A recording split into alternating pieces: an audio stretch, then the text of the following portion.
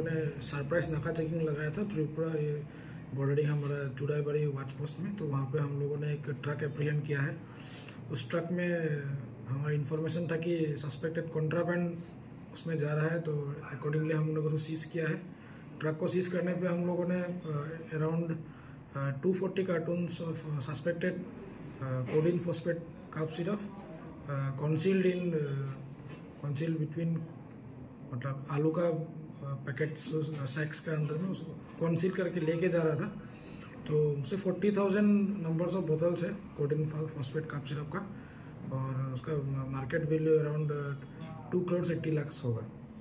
कितना आदमी को पकड़ा है? अभी तक हम लोगों ने 2 आदमी को पकड़ा है। हम लोग त्रिपुरा के रहने वाले हैं। अभी इन्वेस्टिगेशन चल रहा है। वो गाड़ी कहाँ से आ रहा था? गाड़ी गुवाहाटी साइड से आ रहा था और कहाँ जाना? असम से बाहर जा रहा था।